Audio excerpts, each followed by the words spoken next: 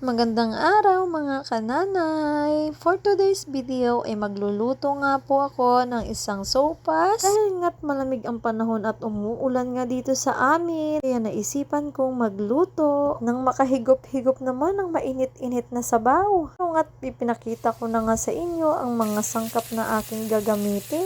Siyempre, minsan lang naman natin gagawin ay kompleto rikado nga ito. Sasarapan na nga natin ang ating pagluluto. Ready ko na nga ang aking mga gagamitin para sa pagluluto. Una nga'y naglagay nga ako ng dairy cream dito sa may kawali. Dalawa, inilagay ko naman nga itong karne para maprito ng kaunti at nang maluto-luto. Pagtapos nga nito, inilagay ko na nga itong corned beef. Ilagay ko na rin itong cubes. Ilagay ko nga ng tubig. Ilagay ko na nga itong pasta at sinunod ko na nga itong gulay. Ito, pakuluan na nga natin. At muntik na nga makalimutan itong paminta. Dahil nga kumulo na nga ay luto na itong ating gulay. Isinunod ko na nga itong sayote dahil ito'y madaling maluto. At ito nga ang huli natin ilalagay ang repolyo. Basta sa akin lang mga kanana ay gusto ko itong half-cook na luto. Ayoko sa lahat yung overcook yung pagkakaluto ng gulay. So ito na nga. Tapos na. Ang sarap.